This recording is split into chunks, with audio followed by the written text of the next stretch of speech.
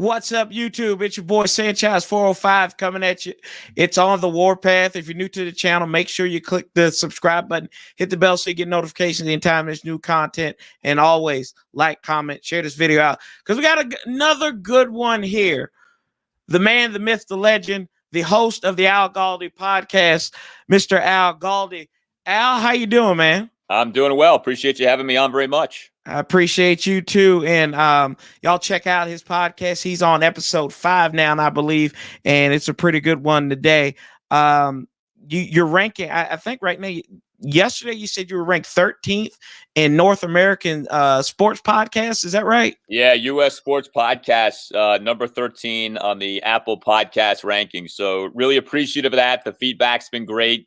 We've been able to establish a lot of momentum and, just want to keep it going, man. So thank you for that.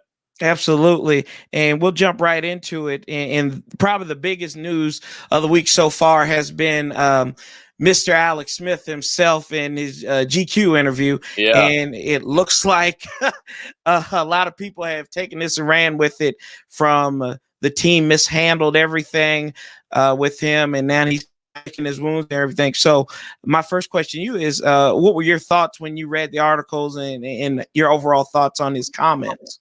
Yeah, I mean, it definitely stood out because that's not the Alex that we're used to, for sure. I think, though, as I kind of digested it, this to me was him striking back at Ron Rivera. I think one of the really interesting things over the last few months is the way Ron has talked about Alex. And I don't think Ron is like overly enthused about Alex being on the team next year. And I think we have a lot of evidence at this point to back that up. And I think Alex has picked up on that. And I think Alex is now of the thinking that he's probably not going to be back. And so he's like, the heck with it. I'm going to speak my truth and say how I really feel about this thing. And I think that's exactly what ended up happening. So he said it as he felt it.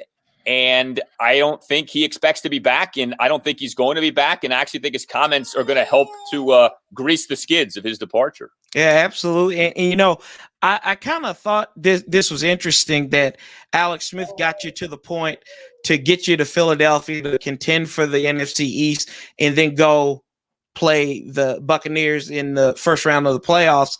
And you don't start. If he's your best option, I think – and I don't know how you feel about this, but it seemed like the writing was on the wall when they started Heineke over Smith. No matter what it is, there's no tomorrow in the playoffs.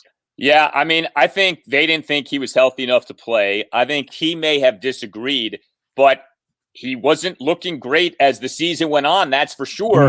And, one of the many interesting comments, one of the many, I think, telling comments from Ron regarding Alex was after that win at Philadelphia in Week 17, where Ron admitted to having thought about benching Alex. And I mean, here they are. They just won the division, and Ron gets asked about Alex. He's like, yeah, I did think about benching him, but he was good enough. A lot of lukewarm comments from Ron over the last few months. I mean, the Wednesday before the win at the Eagles in Week 17, Ron gets asked, so would you be here if not for Alex? And Ron says, yeah, if Kyle Allen had stayed healthy.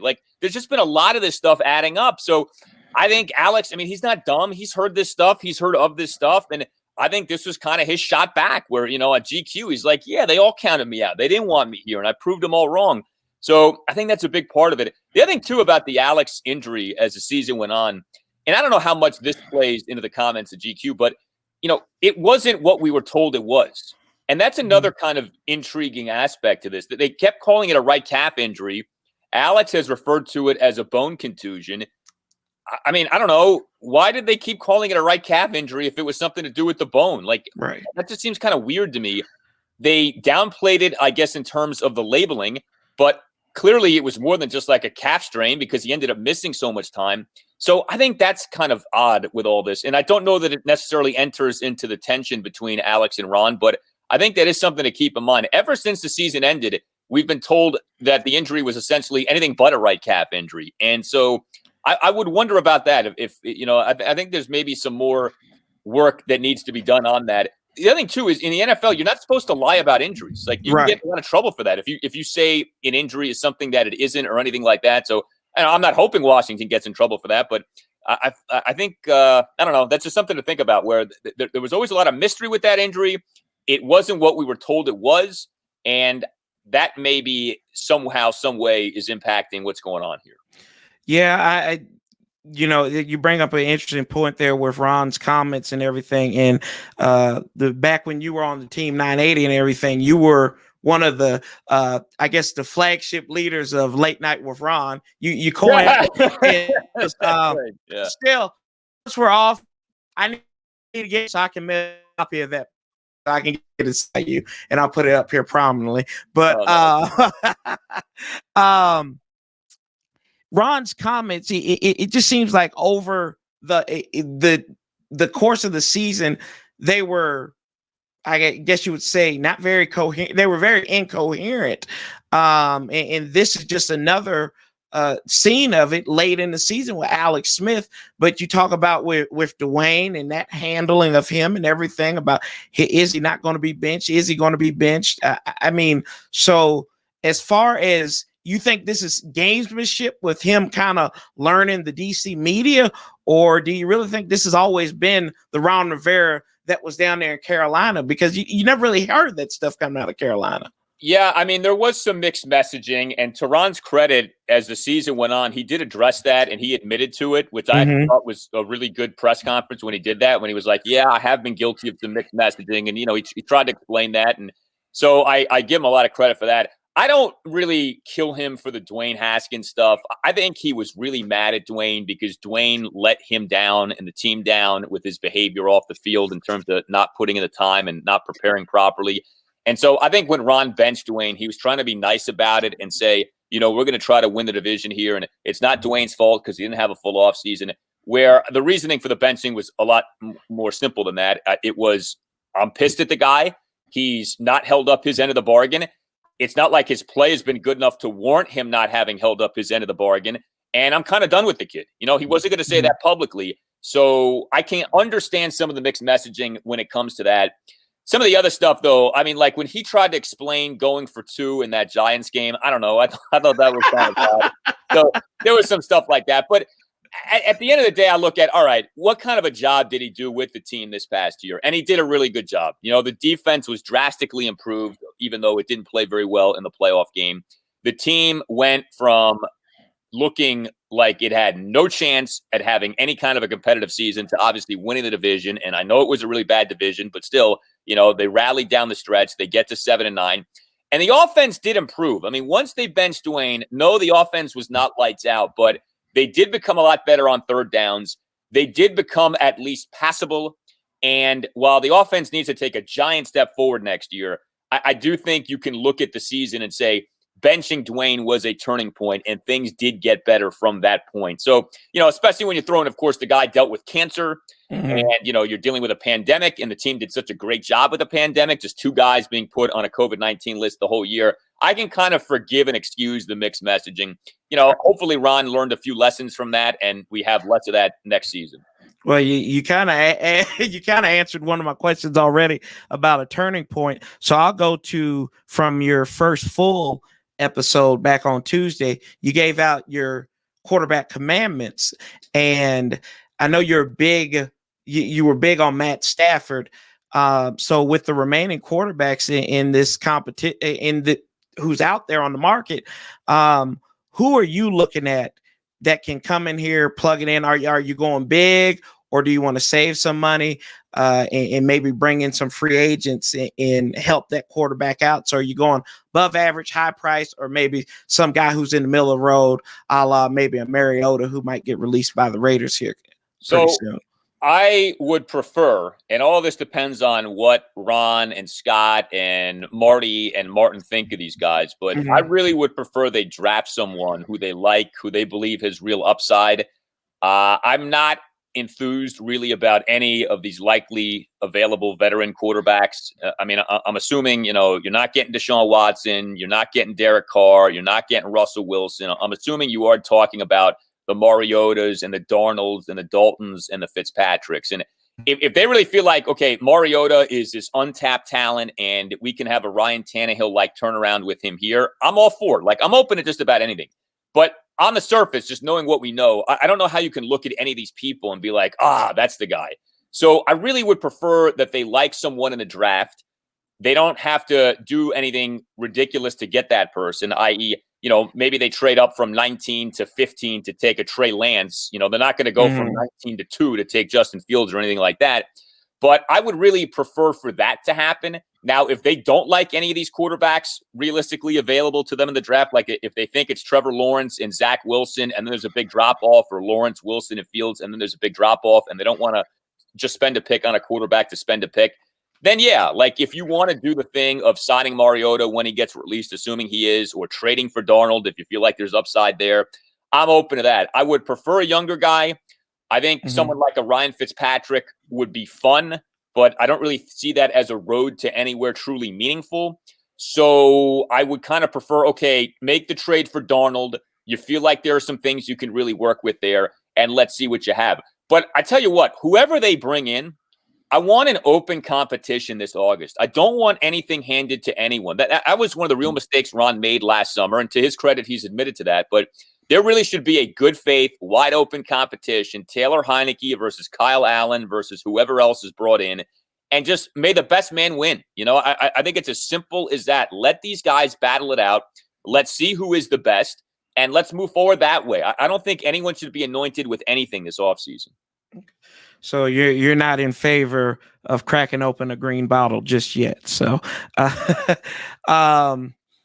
so the quarterback, and this is another one. Now, if Dak Prescott, if Dallas doesn't have the change to tag him, and we know he's coming off that injury, you wouldn't want to entertain something like, you wouldn't want to see the team entertain something like that. Yeah, Dak, okay. Yes. I'm kind of assuming that these really good quarterbacks aren't going to be available to them. If something changes, then by all means, trade for Deshaun Watson, or, make the play for Dak Prescott. With Dak, I've really believed, and I've been told that it's almost a certainty that Dallas is going to re-sign him. So, if that happens, and he's available, then absolutely. I like Dak a lot, even with him coming off the injury. I think he's a good quarterback. He's got a great reputation in terms of him as a person, as a teammate. Prior to this injury last year, he'd been incredibly durable. It's a great success story where, obviously he wasn't a first-round pick, and he's ended up having the career that he's had. He's played in the big spotlight that is playing as the Cowboys quarterback. So I would take Dak in a heartbeat. I just don't think that he's going to be available. Okay, yeah. That's my pipe dream, is to get Dak. Yeah, I hear you on that. And I'm petty. You're from the area too. And what's a better thing than to shut up these Cowboy fans that we see everywhere and just be like, hey, we got your quarterback now. So yeah, absolutely. So free agency starts March 17th. Washington's got a couple of folks that are that could go on the market, i.e. being the first all-pro since Matt Turk. And then if you want to go position side, since you said Wilbur Marshall back in 92, Brandon Sheriff. And I think when I think of Brandon Sheriff, I think of him like he's great. He's like the Green Lantern, right? He's a great presence, but he's a terrible weakness. Color yellow. Sheriff says he gets hurt all the time. So Yeah. what do you do? And what do you do with Brandon Sheriff? Do you have to re-sign him, or do you let him walk? So I don't think you have to do anything. I think if you want to re-sign him, you can, because you have the cap room to re-sign him. But if you don't re-sign him, I'm not going to be one of these people who's kicking and screaming about it. Like you just said, he misses a lot of time, and you can't just gloss over that. He's missed 16 games over the last 3 years. He's missed the equivalent of a full season over the last 3 years. You can't ignore that. And one of the things that really got Washington in trouble was paying big money to guys who didn't provide big production, either due to their lack of quality play or due to their lack of health. You think about Jordan Reed. Sheriff to me is like another Jordan Reed. He's very good when he's out there, but he's just not out there nearly enough. Now, when it comes to Sheriff, I'm very particular on this point. I do not want him back playing under the terms of a second straight franchise tag. I think that's a bad way to go. I think Washington either needs to work out a long-term deal or tag him and trade him. We all learned from the Kirk Cousins saga, and the team can never duplicate that mistake. It's one of the great player personnel malpractices really in NFL history, where you got so little back for a guy for whom you could have gotten so much more, and you ended up paying the guy back-to-back years on the franchise tag. So the thing of like They didn't think he was good enough to warrant paying what he could command for a long-term deal. You overpaid the guy over 2 years. Like, that's always the irony of the whole Kirk thing. And the back-to-back tags empowered him to where it only increased his leverage. So with Sheriff, you can't make that mistake. You give him a second straight franchise tag. He's under contract to you for $18 million this upcoming year. He's got no reason not to accept anything than the top of the market money of $15, $16, $17 million a year. So what you need to do is you need to figure something out with him now, or you're going to have to tag him and trade him. And it's really that simple. He's got the leverage. Like you said, first team All-Pro. He ended up having a very good year, even though he missed 3 more games, but he had a good year. And they've talked about him in a very positive manner, like, great teammate, and he fits into their new culture and all those types of things. I think they want to re-sign him. I do. But they're going to have to pay the piper here. Like, they're going to have to give him, I'm guessing like $15, $16 million a year. And they're going to have to bite the bullet on that if they want to get the job done. So we'll see. But what they can't do, like I said, is have him play under that franchise tag again, because he's going to end up walking after the season. And I just don't, you got to get something for him. Like, I don't know what you can get for him, but I know you can get more than just, the third-round compensatory pick that you'd get if he left you via free agency and signed a big money contract. There's another thing, too, and that is, while the cap is going down next year, it's going to take off after next year. After 2021, the cap is going to soar to the moon because of all this new television money that's going to be coming in and eventually the legalized gambling money. So even if you have to give Sheriff on a per-year basis via a long-term deal a little more now than you want to, it's only going to look better and better like 3 years from now, 4 years from now as the cap goes up. I mean, the cap this year was $200 million. A lot of people think it could be like $300 million not that long from now.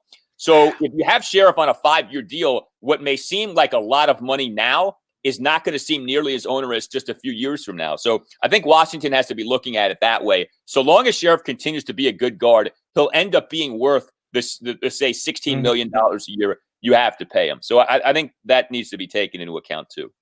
Yeah, and you brought up a good point about on your podcast. You brought up about the guards, and guard's not a premium position, and it seems like you can put in and plug in guard. Eric Flowers we had here. Wes Schweitzer was a guy. So, I'm kind of that school of thought like you. It's like, if he's here, he's here. If he's not, see you later. Have a nice life. Sleep over it. I'm with you. I'm not losing sleep over it. I'd love to have him, but you can also maybe tag and trade him and get something of consequence back for him. And as far as free agency goes, anybody out there on the market that you're like, this is a guy that Washington should go out and throw some money out and bring him in here? Yeah, I think the biggest one for me probably would be Curtis Samuel. I'm not breaking news and saying that's become a popular name, but I just think he makes so much sense. He's a younger guy. He's in his mid-20s. He's coming off a really good year, so he's really blossoming into a quality receiver.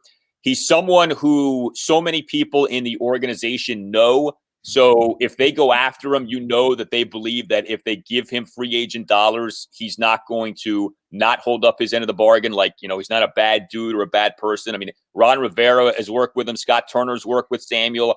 Jim Hostler, who just got promoted, he had been the receivers coach. He's worked with Samuel. Terry McLaurin was part of the same Ohio State recruiting class as Curtis Samuel was. So they know this guy. They know what they'd be getting in this guy. He's really fast. He actually ran a faster 40 at his combine than Deshaun Jackson ran at his combine. And he's also someone who isn't just a pass catcher.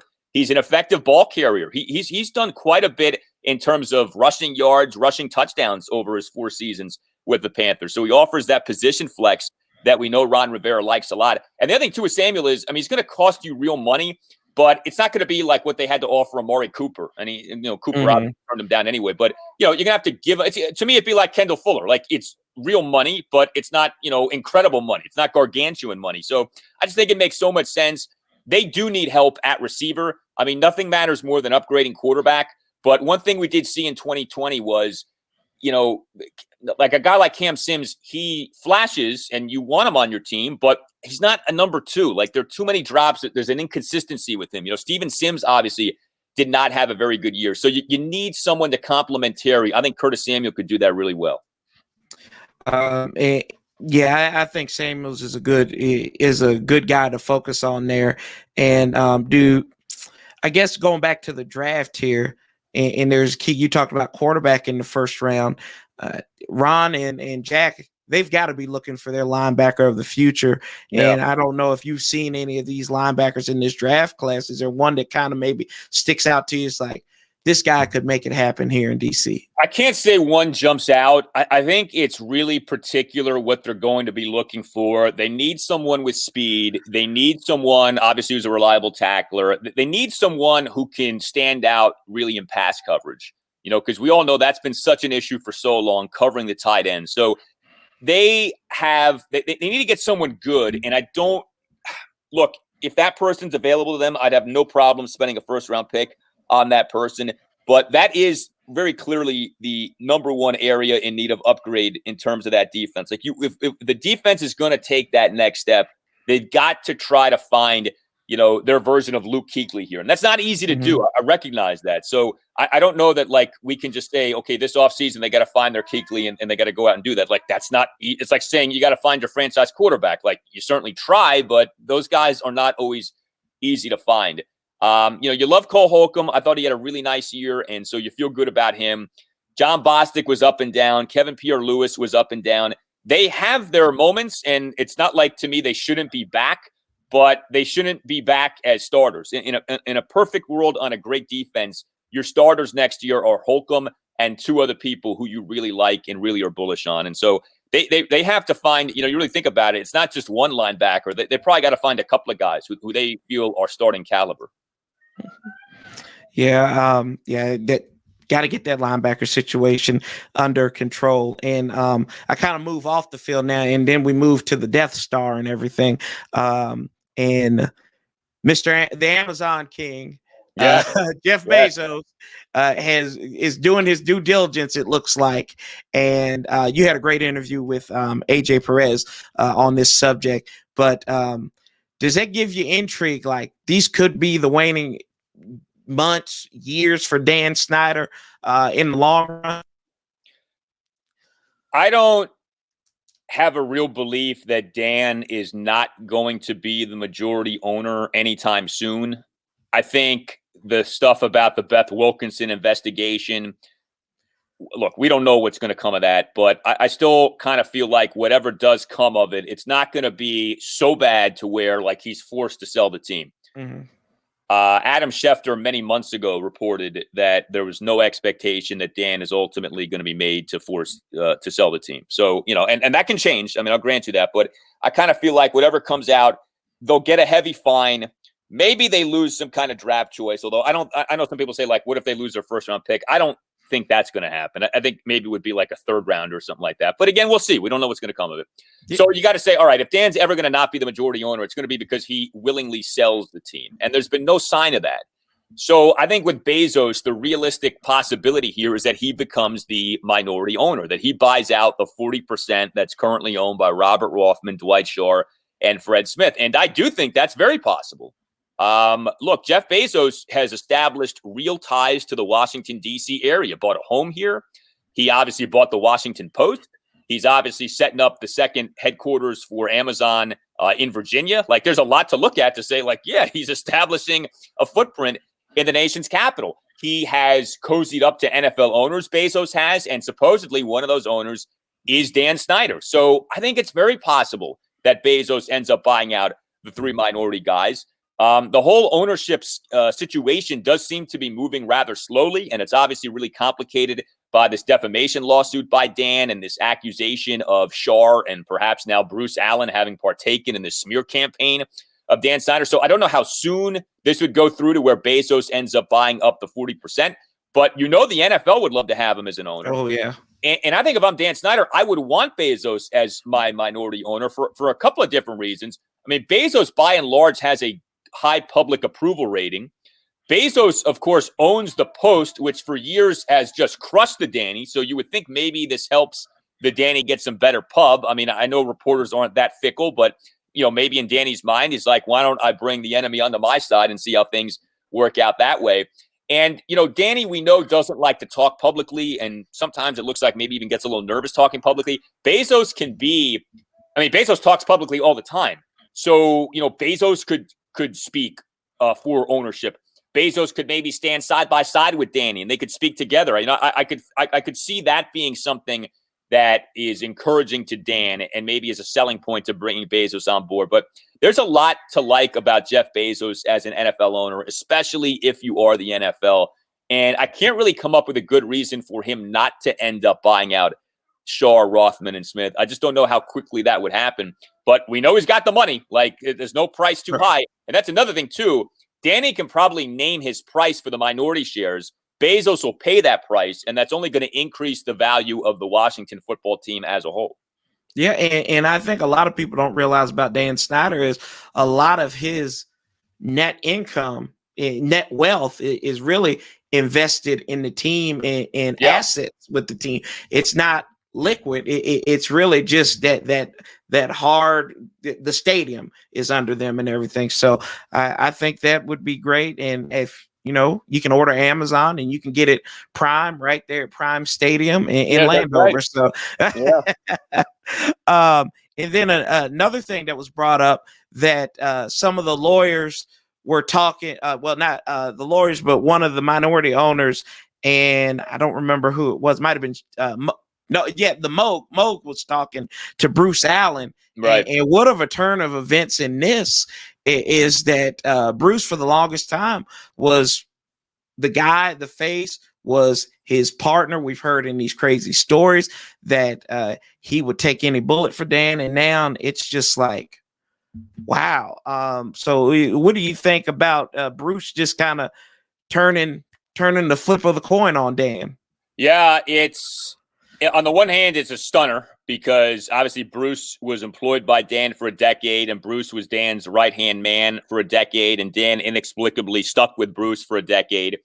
On the other hand, though, knowing what we know about Bruce and what's been said about him for years, that he's a politician, the fact that he would shift into self-preservation mode and do what's best for Bruce and not necessarily show loyalty to a guy who's paid him millions of dollars, it's not exactly a jaw-dropper. When you're talking about a situation like Dan with Bruce, Dan Snyder is a guy who is extremely loyal to those around him until he isn't. Mm-hmm. And, this happened with Vinny Serrato, where Vinny was here for years and we felt like he'd never be gone. And then he was gone. And when he was gone, he was gone. Like, that was it. And a similar thing happened with Bruce. We saw this as the 2019 season went on. Bruce fell out of favor with Dan. Alex Smith was the guy you started seeing with Dan Snyder behind the scenes a lot, not Bruce Allen. We would see Bruce on the field without Dan before games, and that was a big-time departure from what we had seen. And then when the coaching change happened and Dan was talking up Ron Rivera, and he makes mention of the fact that it's time for a culture change, that was a direct shot at Bruce because of what he had said just a few months earlier when he said, the culture's damn good and that famous thing. So there clearly was a falling out between Dan and Bruce. Now, what specifically caused that, I do not know.